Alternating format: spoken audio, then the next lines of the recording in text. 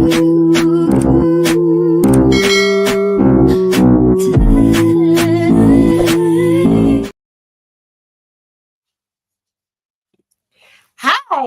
thanks for joining us. We're a little late this evening, but hope you're still here and sticking around and ready to talk about Peacemaker Season 2, Episode 2.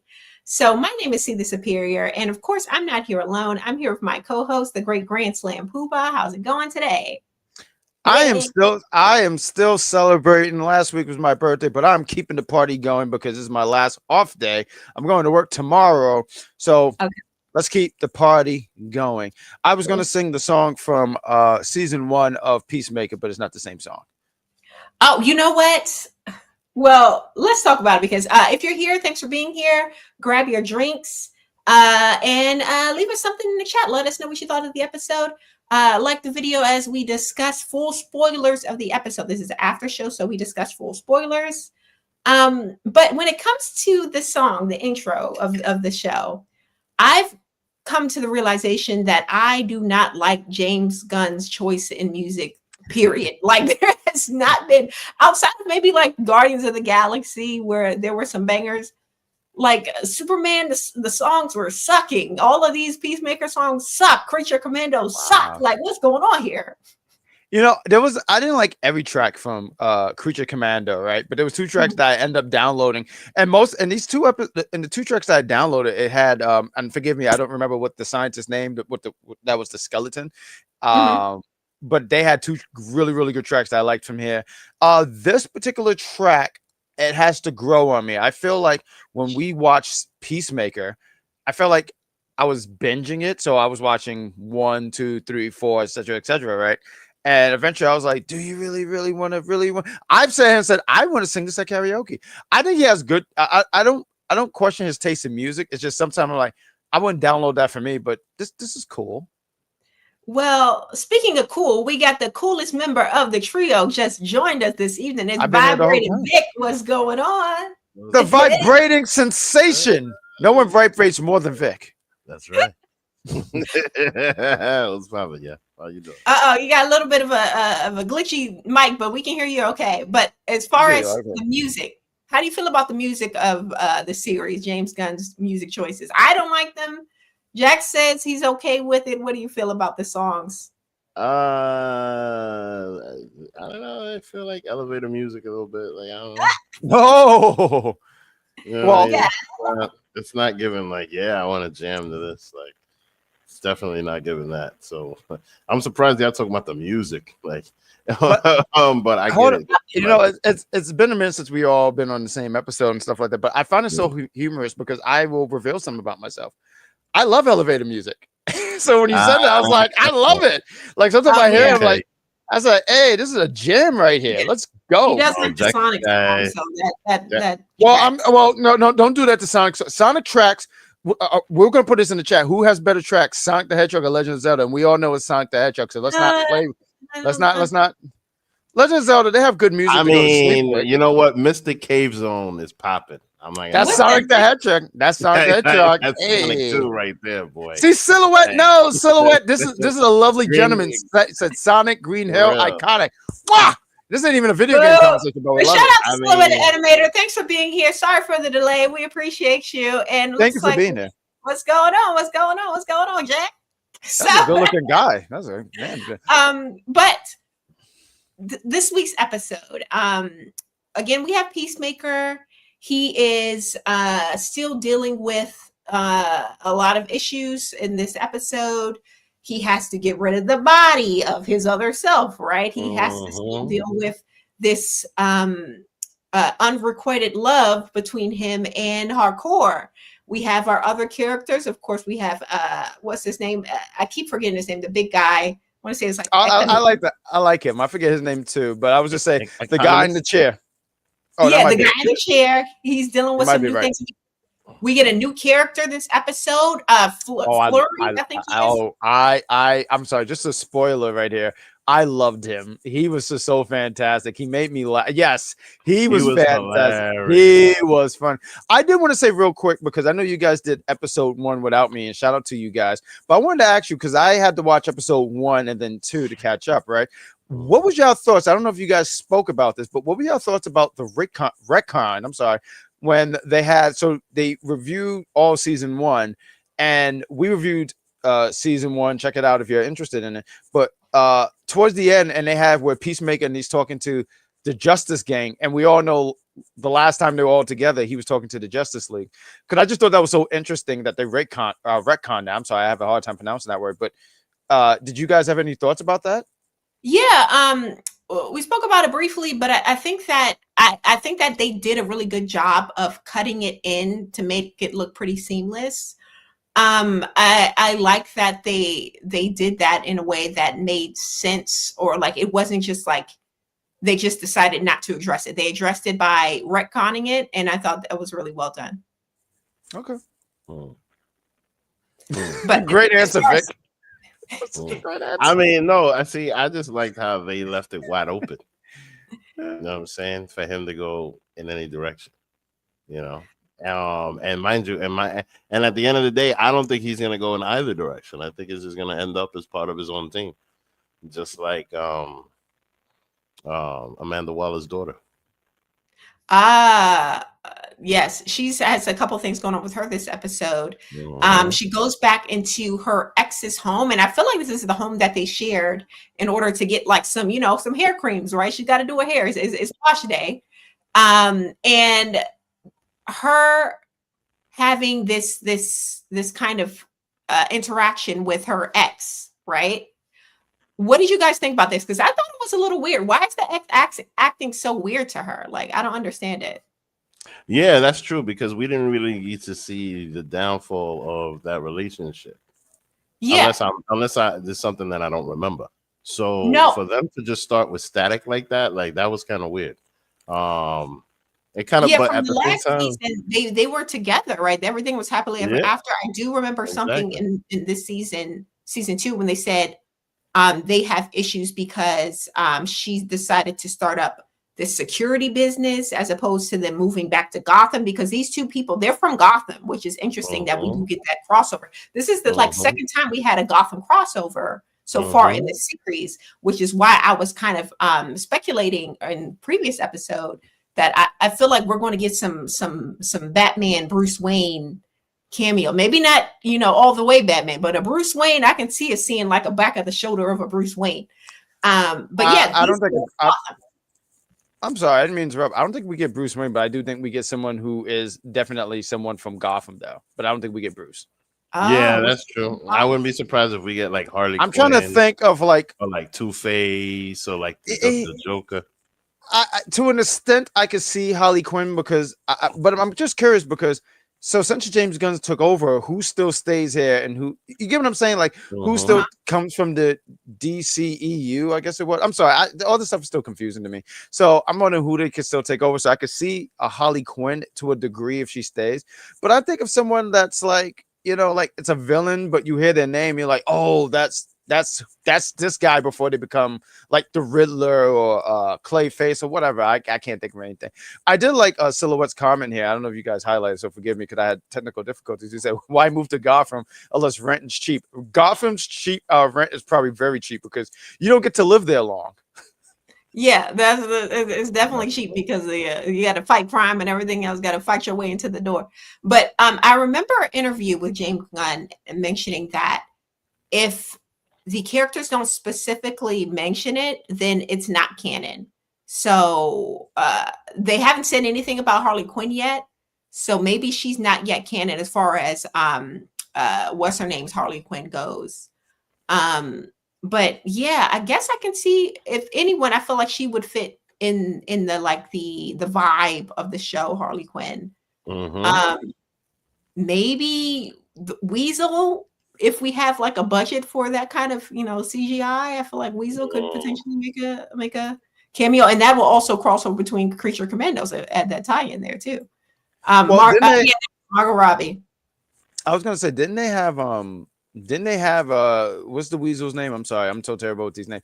But didn't they have him in Suicide Squad for like a period? And I thought they actually killed him. Yeah, they did. He was in Suicide Squad and he was in Creature Commandos, which I was saying that'll tie in those two. Okay, I want to understand. Okay, properties, yeah. But as far as this episode is concerned, it opens up really quickly with our Rick Flag Sr. getting the job. This is 8 months before the events of episode 1.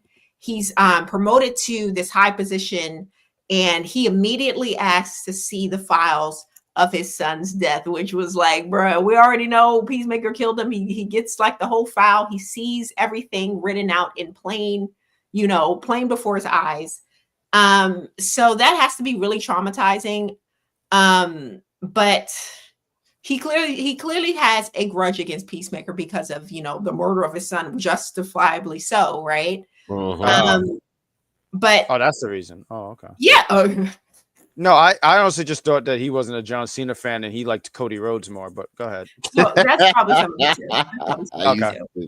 But I like that we got that text, just so it's clear for everyone watching that, he knows that Peacemaker killed his son. We also got the clarification from Amadayo, I think her name is, her character's name is again, to Peacemaker, telling him specifically, like, he knows. And they also know that you are going back and forth in this little dimension closet you got going on, so you need to stop that, right? But we see he can't stop himself from going back and forth because he has a body. He has the body of the doppelganger Peacemaker that he has to dispose of, and he enlists the help of what was his name, Alan or Archie or whatever that other character's the best friend, Vigilante. We're going best friend maker. That's best friend maker. Best friend maker. They he gets his help because he couldn't get rid of the body. He was trying his hardest. So no. See the superior. You can't even say that. He didn't try hard enough. Like the part where he put him underneath something and he rolled out, I said, "You're not trying hard enough." And I don't know if I should be saying all this stuff live to make it seem like I have done something like this. I haven't, but he wasn't trying hard enough. Sorry. But let's get into the comments because Silhouette is sharing with us some of his theories here. Hold on, let's see. Let's hear it. I'm interested to hear this. I like to think Lex Luthor will be a big cameo and he will give Rick Sr. more info about the device. You know what? That could be potentially something, because the good thing about Superman is they use, Nicholas Hoult. I feel like he's one of the more known actors of that, of Superman. That movie, okay. Yeah, but they didn't cast super well-known actors. So to get them to appear in something else wouldn't be like the extravagant cost as it would to get like Robert Downey Jr. to appear in like a Disney Plus show or whatever. So that could be potential there. He said Augie worked for Luthor Corp in the 90s. So again, Augie is Peacemaker's dad. This is a theory. Augie probably stole the prototype for the multiverse chamber, my guess.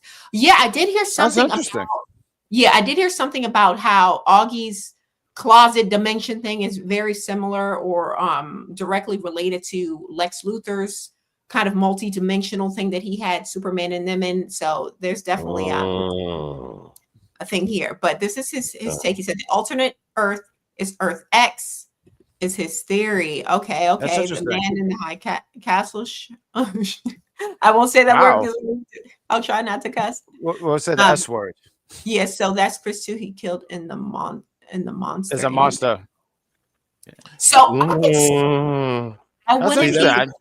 mean, look, that's the thing with all this multiverse stuff. Like, it can go anywhere. And see, the thing is that with adding all of these other characters, at least these well-known characters, it kind of takes away from us getting to know Peacemaker, because this whole thing is about Peacemaker. If we bring in Batman, if we bring in Superman, if we bring in somebody else, then it makes it all about them. So I think that like them just mentioning Gotham and little things like that is all we're gonna get.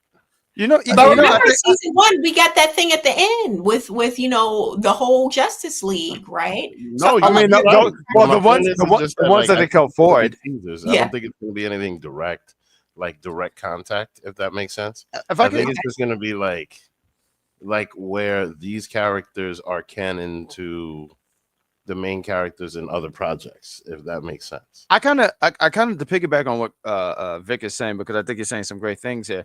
Like, we're pretty much not going to get these big names that we think we're going to get, and we should lower our expectations about it. But they're saying things like them mentioning Gotham. That's for the people to be like, to get people to start talking, because you're like, wait, that's a part of the whole DC property. And like, hey, maybe, I don't know, maybe we get a someone to play, what's her name, Vicky Vale or something like that. Maybe we get like a character that's just, because I just don't see someone big. Like, I don't see like, me neither. I don't think he's a part of DCEU. I don't mean to go off a tantrum here, but I don't think Robert Pattinson's in there. I don't see Robert Pattinson showing up. Yeah. I like what Silhouette's saying. It's world building. So yeah, I think that's the best way to verbalize everything here. So good job, Silhouette. So as far as the other characters are concerned in this episode, we do get Hardcore. She's being very mean to a woman who's just trying to help her. No, she wasn't. Don't do that. She was being very mean to her, right? And but honestly, the woman did kind of insert herself, but she was trying to be helpful, right? You know, it is what it is. She thought she was. She could be a spy, though. I don't know if she's. I feel as if we might see this character again later in the season, because honestly, Hardcore was very rude to her in a moment where she was trying to help her. So I feel like they're not that, because it makes Hardcore seem very unlikable. I love Hardcore. I've become a fan of it. The bar scene. I was just like, oh, that's cool. She got a butt handed to her, but still. And this scene, I mean, look, I hear what you're saying about being rude, but I feel like Hardcore gave her like 2 chances. It's almost like oh wow, that's crazy. By my 3rd time, I'm like, dog, I have nothing for you. I understand that, but at the end of the day, she's trying to be helpful, and I don't feel like leaving that for the season is going to endear us to this character. We already know she has toxic masculinity issues. She comes across very much like a narcissist. I don't like this character at all. And even with Peacemaker, even though he has his issues, he's still likable in a way, right? There's something about him that's still like likable. Her, on the other hand, I'm not seeing any kind of redeemable traits. So I feel as if they have to readdress this particular scene later in the series in order to kind of redeem this character in some way. Because right now she's not given redeemable at all. She's just given hella jaded. Yeah. That's what, and that's not something I'm really interested in a character as far as me liking them, right? It's okay to see on screen, but if you want me to like a character, I don't want no jaded, rude, narcissistic, non-redeemable, any kind of anything. And no, I don't like it. Wait, hold up. Didn't you like Punisher? The Punisher? Yeah. No, we can see the Punisher is redeemable because we see why he does the things that he does. Because we don't know why Hardcore does what she does. Okay. No, it's like she's just a jerk. She's just like an asshole, right? Yeah, that's true. She is. So we need something else, because right now she's not giving much, right? As far as if you want me to like her, she ain't giving it. But again, we did discuss this earlier, but I very much like this character. Him seeing I loved him. The what's her name? Amadeo, with him seeing her and doing all them extra that was hilarious. There's a lot of things that can't be said on this show, but when he saw the nerd that was going to help Peacemaker cut the body, and he said, "Who's this nerd?" You could tell he collected all the Pokemon. That shit had me wow. That's heavy rolling. And then the other guy is like, you don't say Pokemon, it's Pokemon, which is correct, the correct pronunciation. Yes. But when he sat there and said something really explicit, I won't say it. If you watch the show, you know what he said. But I remember just thinking, I had to like rewind. I said, did he just say that? Right. And this guy will just say whatever. And then there's a later on scene where he has a team and he has nicknamed them all different. One of them, the only name I remember is he kept calling one titties. And I was just like, I don't know if you can say that, but hilarious. I just thought he was hilarious. More Tim Meadows in things. I feel like he needs to be in more things. Like, he is hilarious, great actor. Unlike with, like I was just saying about Hardcore, you like this character, even though he's a bit of a a-hole. There's something about him that you like. It's mustache. It's clearly it's honestly the mustache. I mean, he's given like he's given Deadpool like. I don't know about that. He's giving. I don't think Deadpool. He's Michael from The Office. That's what he's even. Michael from The Office. And I can understand what you're saying about that, because it's like he's very unaware of how offensive what he is saying. Yeah, he's aware. He's aware. No, he really isn't. I don't think he is. I think he is, and he does it on purpose. And I think he knows exactly what he's doing. He has some kind of mental issues. No, first of all, for him to say, he looks like you collect all the Pokemon cards, and then yeah, I had two baddies on their knees when you was, you know what I mean? Like he knows what he's doing. I He don't knows know. how to. Oh, Take is that really? care. Hold on. I didn't mean to interrupt all you guys, but I'm looking at Silhouette. Thank you. Is that really a real thing? Because he dead said I have bird blindness, and I was That like, was oh, I hilarious. thought that was fun because how do you confuse a duck and an eagle? Like I was like, oh, it's a dyslexia. Oh, it's real. Okay. Yeah, I'm I'm, assuming it's real. I'm I assuming thought because it was. facial blindness is a thing. Somebody How can have can that be facial blindness. real, man? Like, all right, No, and I what about believe it. an ostrich and a chicken? What are you gonna like? Come on, man. What the I difference? think it's real. I think it's real because facial blindness is a thing, and that seems Mhm. weird. So I would assume bird blindness is a thing. You know. I just didn't think it was a real thing. I thought it was You just know, for the character, for the ha-has. But like, if that's a real thing, like, because I Wow. want to Google that. Yeah, wow. Like, I have no follow-up. I didn't think it was. That's all. That's all. all I'm But saying is like we pigeons and see crows like mad different. to us, but we don't have that, that disability, or whatever it is, that mental blockage. But we see that the gang is all kind of gathered in Hardcore's apartment, her rooftop, to celebrate being together again. Great But rooftop, by the way. meanwhile, we got Flurry, and I'm thinking, was this supposed to be like a play off of Nick Fury? I think so. I think so. That's so interesting. I really do. Yeah, something I was like, is this 100% supposed to be do. like? And a part of me was thinking, oh dang, when the eagle attacked him, is it going to take out his eye and they're going to go full like, oh, this is like a fake Nick Fury? Oh, I do want that would've been ill right now. I do want to say one Cedar Superior. I do believe that James Gunn have a little bit more respect and not to sit here and try to cross Marvel in that kind of way. I don't know, because he's already thrown a couple shots at Jared Leto in 30 Seconds to Mars several times. So I wouldn't put it past him. I don't know what the hell was that about. Like I didn't like Jared Leto's Joker either. I dislike that. It's a disdain. But I was like, what's wrong with 30 Seconds to Mars? I think there was like one song I liked from them. I'm like, what's wrong with this? Yeah, I liked a couple of songs, but maybe Jared Leto's just not a likable guy, much like Hardcore, and people. I heard he fed people bats. Yeah, so maybe that's why. But I wouldn't put it past James Gunn to throw a little couple shots, not too many, but a couple. Well, you know what I think. What I think this is to sell Jared Leto. He will not be coming back to DC. I'm so sorry. Yeah, Probably not. But in the episode, we do get Eagly saving the day, protecting the home, right? Doing a great job. And he attacked all of those agents. And during the party, we're flashing back to the party. We get a moment between freaking Hardcore and Peacemaker. Again, I don't like Hardcore, so it's hard for me to root for the shipping because she's so unlikable. But she doesn't return Peacemaker's feelings yet again. And that kind of leads him to spiral because he's very bad with dealing with his emotions. He confessed that several times.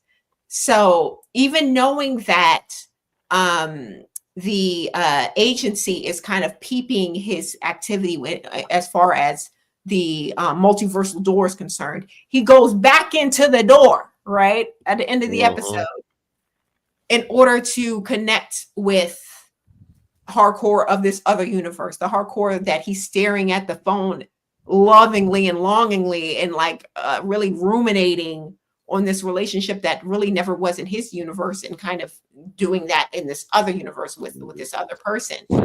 So that's the one thing that kind of makes her interesting, because we're gonna be able to see range with her. Like she's gonna be a baby face and a heel, basically, and it's just gonna be interesting because all the love that he wants from her, he's getting it in the other universe.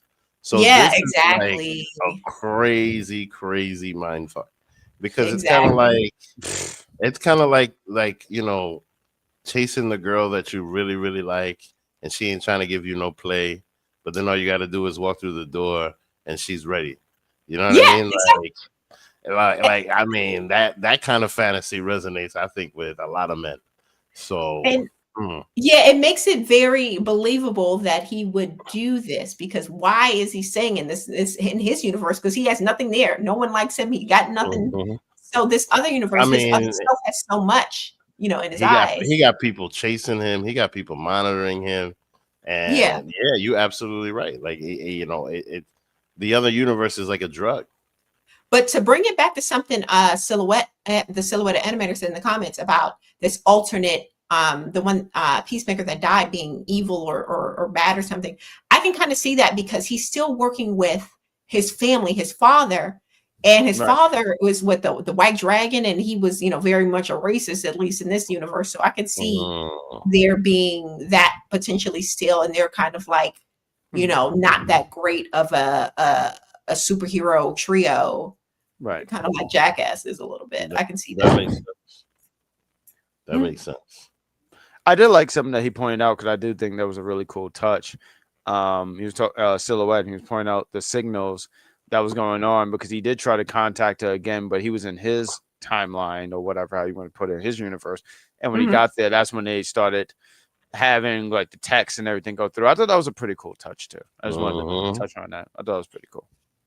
So that was pretty much episode 2. Honestly, this episode was a little slower for me. I had to watch it twice to really kind of get what kind of happened.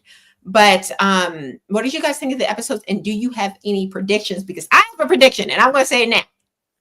I feel like when we do get hardcore in the alternate universe, they mentioned in episode 1 that she's dating somebody else, right? Some sort of like military guy. They said something about a jarhead. I feel as if it's going to be the dad, Nick Fury Sr., that we see in the beginning of the episode. I feel like her alternate self will be dating Nick Fury Sr. That's my guess.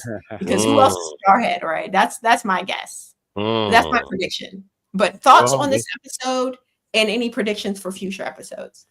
Don't have any. Please take the floor. Please take. Oh, okay. I have no predictions and whatnot. I had to catch both episode 1 and 2 just so I could catch up here. Episode wise, I mean, it was a little slow for me as well. I was kind of like, I was watching, but I was doing other things at the same time. So it didn't really grasp me enough where I was like really just watching this show. But I look forward to seeing what episode 3 is about. The stuff I know in episode 1, they kind of give you like little previews of what the next few episodes are going to be. And I'm interested in seeing what hardcore is going to be in this alternate timeline, because in this timeline, she's going to bars and starting fights. This other one, I'm wondering what she's going to be like, you know. And you could also see there's a difference with the hardcores in the intro, because there's one wearing a dress and the other one wearing black spandex or something like that. Yeah. So. All right. Vibrate Vic. I think this episode is filler. I think episode 3 is going to be filler. I think we're getting introduced into more characters and reintroduced into some of the old characters. And I think the show is probably just going to skyrocket at episode 4 or 5 and, you know, and with other stuff. Because like we got to learn about the guy that he killed's father, and then they went into that for a little bit. We got to know, I mean, honestly, we got to see the fighting skills of Eagly, which is something that we never saw before. And, you know, we got to see everybody else in their element. We got to see the nerd chop up a body and see how useful he is and how attached he still is to John Cena. There's a lot of like filler that we got to see in this episode as far as what's connecting the dots. So I think it's going to be the same in episode 3 next week. But then by episode 4 is definitely, once we have like all the pieces in place. Yeah, I think it's going to skyrocket. All right. Well, let's get into these comments. So we got Silhouette Animator. He's saying that there was a pronunciation that was different than the comics, and it said Bloodhaven with the German emphasis on blood. That's different than in the comics. And we also see that, what does he say here? The Chris needs a reason to turn away from the alternate Earth in the end. And I think that will be what makes him realize this Earth too sucks. Okay. We definitely need Ric Flair Jr. variant in the second Earth. I would love that because I loved his characters in the movies. I was very much sad when he died in the second one. I was like, dang, they really did my boy like that. So if he's back, that would be great. But I have a feeling we're going to see Ric Flair, Flair Sr. I mean, Scared. do you hold on? Wait, do you know something that we don't know? Maybe me and James Gunn, we're like this. Now I know you already revealed that Ric Flair is going to be in the next episode or Friend in of one the of the episodes. show, James Gunn. It's Imagine if they revealed Charlotte that Flair too, right? And a Charlotte Flair, that's right. Said Hardcore 2 was dating. Okay, that would be cool. Joel Kinnaman is great. I agree, really great actor. I'm sorry, who's Joe? I'm sorry, who's this? He's played what's it called in the movie. But that is the episode, guys. Thank you for being here. If you enjoyed the episode, if you like the video, please like the video and join us next Friday for the Peacemaker season 2 after show, somewhere between 7:30, 8 o'clock. Time is a concept. Well, I'll just say we kind of we will legit run on Black people time. So yes, we promise we will be here. That's all I got. Yes. Yeah, we'll be here. We'll definitely be here. You'll be here. We'll be here. It'll be a thing. But thank you for watching and see you later. Goodbye. See ya.